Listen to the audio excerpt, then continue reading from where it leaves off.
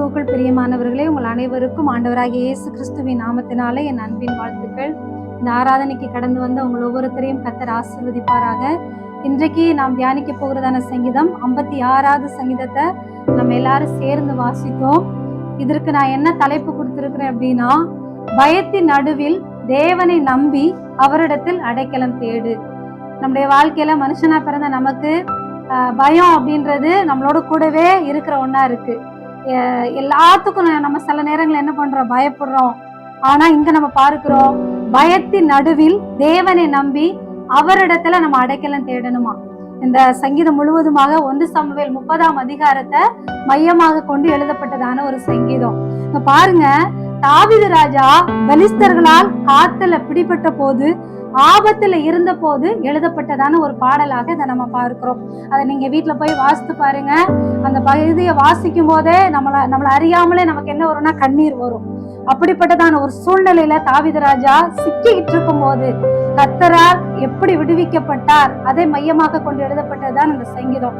நம்ம வாழ்க்கையிலும் கூட அநேக நேரங்கள்ல பயம் நம்மளை சூழ்ந்து கொள்ளுது. நம்மளை அறியாமலே சில நேரங்கள்ல பயம் நம்மளோடு கூட இருக்கிறது. எதற்கெடுத்தாலும் சில நேரங்கள்ல நம்ம பயப்படுறோம். ஆனா அந்த சங்கீதம் முழுக்க நீங்க பாத்தீங்கன்னா தெரியும், நான் பயப்படுற நாளில நான் யாரை நம்புவேன், நான் உண்மை நம்புவேன்னு சொல்லிட்டு இந்த அதிகாரம் ஃபுல்லா இருக்கும். பாருங்க, 1வது வசனத்திலே பார்க்கிறோம், தேவனே எனக்கு இறங்கும், மனுஷன் என்னை விழுங்க பார்க்கிறான், நாள்தோறும் போர் செய்து என்னை ஒடுக்குகிறான் என்று தாவீது ராஜா இதை ஒரு ஜெபமாக தேவனிடத்திலே எடுக்கிறத பார்க்கிறோம். எது விழுங்கும்? பாம்பு விழுங்கும், அப்படிதானே? பாம்பு விழுங்கும். அப்ப இந்த உலகத்துல பாம்பை போல சில மனிதர்கள் நம்மளை என்ன பண்ணுவாங்கன்னா விழுங்க பார்ப்பாங்க. நம்ம பார்க்கிறோம், கட்சிக்கிற சிங்கம் போல பார்க்கிறோம். எவனை விழுங்கலாமோ என்று வகை தேடி சுற்றி திரிகிறான் பிசாசு. அப்ப இந்த உலகத்துல இங்க பார்க்கிறோம், ஒரு பாம்பை போல மனிதர்கள் சில நேரங்களை நம்மளை விழுங்க பார்க்கலாம். ஆனா தாவீது சொல்றார், ஆண்டவரே எனக்கு இறங்கும் என்று சொல்லி அவர் கெஞ்சுகிறார்.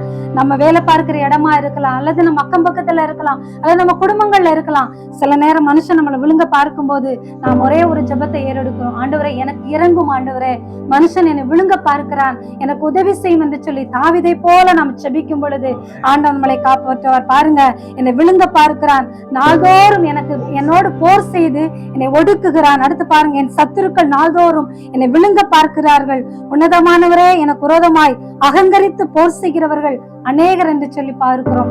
ஆனா எனக்கு விரோதமாய் எத்தனையோ பேர் வந்தாலும் சரி, என்னுடைய நெருக்கங்களிலும் என்னுடைய பிரச்சனைகளும் எவ்வளவு பெருசா வந்தாலும் சரி, தாவீதை போல நம்ம ஒண்ணு சொல்லணும். 3வது வசனத்துல பாருங்க, நான் பயப்படுகிற நாளில் உம்மை நம்புவேன் என்று சொல்லி அவர் எவ்வளவு ஒரு விசுவாசத்தோடு ஒரு அதிகாரத்தோடு அவர் சொல்றாரு. பாருங்க, எல்லா நெருக்கங்களும் எல்லா பிரச்சனைகளும் எனக்கு வந்தாலும் நான் பயப்படுற நாளில நான் யாரை நம்புவேன் அப்படின்னா நான் கர்த்தரை நம்புவேன். நம்ம வாழ்க்கையில நம்ம அப்படித்தான் சொல்லணும். ஆண்டவரே, என்னை எல்லாரும் விழுங்க பார்க்கலாம், எனக்கு விரோதமாய் போர் செய்ய வரலாம், ஆனா நான் உங்களை நம்புறேன் ஆண்டவரே, எனக்கு நீங்க போதும் என்று சொல்லி அவருடைய சமூகத்துல நீங்க ஜெபிக்கும் போது ஆண்டவருடைய ஆசீர்வாதத்தை நம்ம என்ன பண்ணுவோம், பெற்றுக்கொள்ளுவோம். இது முழுக்க முழுக்க நீங்க பார்த்தீங்க அப்படின்னா, எனக்கு விரோதமா வர்றாங்க ஆண்டவரே, நான் உங்களை நம்பி இருக்கிறேன், நான் பயப்பட மாட்டேன், மாம்சமானவன் எனக்கு என்ன செய்வான் என்று சொல்லி பார்க்கிறோம். எபிரேயர்ல பார்க்கிறோம் அல்லவா, மனுஷன் அதாவது கர்த்தர் எனக்கு சகாயர், நான் பயப்படேன் என்று சொல்லி அங்க நம்ம பார்க்கிறோம். மனுஷன் எனக்கு என்ன செய்வான்? மாம்சமானவன் நம்மளை ஒண்ணுமே செய்ய முடியாது. ஏன் அப்படின்னா, அதை காட்டிலும் பலமுள்ள தேவன், ஜீவனுள்ள தேவன் நம்மளோடு கூட இருக்கிறார். மனுஷன் நமக்கு விரோதமாய் என்ன பேசினாலும் சரி, நமக்கு விரோதமாய் அவர்கள் என்ன இச்சகம் பேசினாலும் சரி, நீங்க பயப்படாதீங்க. இந்த வசனத்தை சொல்லி ஜெபம் பண்ணுங்க, ஆண்டவரே எனக்கு எவ்வளவு பிரச்சனைகள் வந்தாலும் சரி, எவ்வளவு நெருக்கங்கள் வந்தாலும் சரி, நான் உங்களை மட்டும் நம்பி இருக்கிறேன் ஆண்டவரே, எனக்கு உதவி செய்யுங்க ஆண்டவரே, எனக்கு சகாயரா இருங்க என்று சொல்லி நீங்க ஜெபிக்கும் போது கர்த்தர் உங்களோடு கூட இருப்பார். எனக்கு ரொம்ப பிடிச்ச வசனம் அதுல என்ன தெரியுமா? 8வது வசனத்துல பாருங்க, என் அலைச்சல்களை தேவரீர் எண்ணி இருக்கிறீர், என் கண்ணீரை உடைய துருத்தியில் வையும், அவைகள் உடைய கணக்கில் அல்லவோ இருக்கிறது. அங்க நம்ம பார்க்கிறோம், அந்த 1 சாமுவேல்ல தாவீது தனக்கு பலன் இல்ல அப்படியே போக மட்டும் அவன் என்ன பண்றானா, அவன் அழுதானா. எல்லாமே சிக்கி கொண்டது, அவனால விடுவிக்கவே முடியல. அந்த இடத்துல இந்த வசனத்தை சொல்ல சிக்லாக்ல எல்லாமே ஒரு அடைக்கப்பட்டு ஒரு பிடிப்பட்டதான ஒரு சூழ்நிலையில தாவீது என்ன பண்றாருன்னா கர்த்தரை நோக்கி அழுது செபிக்கிறார். ஆண்டவரே, என்னுடைய கண்ணீரை என்னுடைய துருத்தியில் வையும், என்னுடைய அலைச்சல்களை நீ பார்க்கிறீர் ஆண்டவரே. என்னுடைய துருத்தியில, அதாவது அந்த துருத்தி என்று சொல்லும் பொழுது ஒரு பை, அவருடைய பையில என்ன பண்றாராம், என்னுடைய தோல் பை, அந்த கண்ணீரெல்லாம் நீங்க சேர்த்து வைங்க ஆண்டவரே, அந்த கண்ணீருக்கு தக்கதான எனக்கு பலனை கொடுங்க என்று சொல்லி அந்த இடத்துல அவர் கண்ணீரோடு செபிக்கிறாராம். இன்றைக்கும் கூட நீங்க கண்ணீரோடு செபிக்கும் பொழுது உங்களுடைய காரியங்களை கர்த்தர் பொறுப்படுத்திக் கொள்வார். ரொம்ப ஒரு அருமையான வசனம் பாருங்க. தாவீது தன்னுடைய வாழ்க்கையில் சந்தித்த துன்பங்கள், அலைந்து திரிந்த நேரங்கள்ல, ஓடி ஒளிய வேண்டிய சூழல்கள்ல அனைத்திலும் கர்த்தர் வந்து தாவீதோட இருந்தாராம். ஏன் தெரியுமா? அந்த கண்ணீரின் ஜெபத்தை கர்த்தர் என்ன பண்ணல, புறம்பே தள்ளல. அந்த கண்ணீரின் ஜெபத்திற்கு கர்த்தர் பதிலை கொடுத்தார். அதுல இருந்து தாவீதை விலைக்கு ஆண்டவர் பாதுகாத்தாராம். இன்றைக்கும் கூட நீங்க வடிக்கிறதான கண்ணீர், மனுஷனுக்கு முன்னாடி உங்க கண்ணீரை வடிக்காதீங்க. மனுஷருக்கு முன்னாடி நீங்க கண்ணீரை வடிச்சீங்க அப்படின்னா அந்த கண்ணீர் அத்தனையுமே வீணா போயிடும். நீங்க கர்த்தருடைய சமூகத்திற்கு முன்பாக உங்களுடைய கண்ணீரை வடித்தீர்களானால் கர்த்தர் உங்களுடைய கண்ணீரை என்ன பண்ணுவாரா, சேர்த்து வைப்பாராம். எப்படி நம்ம எல்லாம் பணத்தையும் பொருளையும் சேர்த்து வைக்கிறோமோ அதே மாதிரி கர்த்தர் நம்முடைய கண்ணீரை ஆண்டவர் என்ன பண்றாராம், அவருடைய துருத்தியில் சேர்த்து வைக்கிற தேவனாய் இருக்கிறார். வேதத்துல நிறைய பேரு ஆண்டவருடைய சமூகத்துல அழுது ஆசீர்வாதத்தை பெற்றுக்கொண்டாங்க. யாரெல்லாம் சொல்லுங்க பார்க்கலாம், அவங்களுக்கு தெரிஞ்சவங்கள சொல்லுங்க. அன்னாள், வெரி குட்.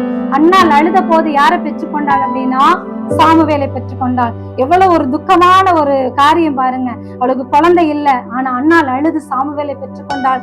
அதே ஆகார் அழுதா என்ன பண்ணா, தண்ணீரை ஆண்டவர் தன்னுடைய பிள்ளை சாகாமல் அந்த என்ன பண்ற ஆண்டவர் தண்ணீரை அந்த இடத்துல கொடுக்கிறார். இன்றைக்கும் கூட உங்களுடைய பிள்ளைகளுக்காக, உங்களுடைய குடும்பங்களுக்காக கர்த்தருடைய சமூகத்துல அழுங்க.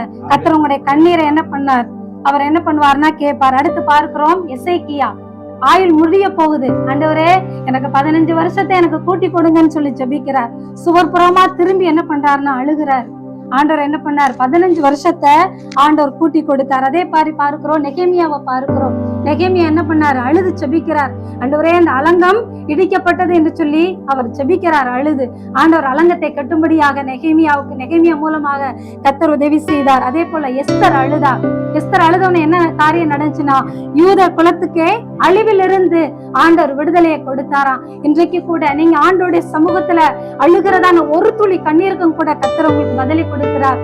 அதனால சோர்ந்து போகாதீங்க. ஆண்டவரே என்னுடைய கண்ணீருக்கு பதிலை கொடுங்க ஆண்டவரே. ஒரு காரியத்துக்காக நீங்க வைராக்கியம் அவருடைய சமூகத்துல கண்ணீர் விட்டு ஜெபித்து பாருங்க.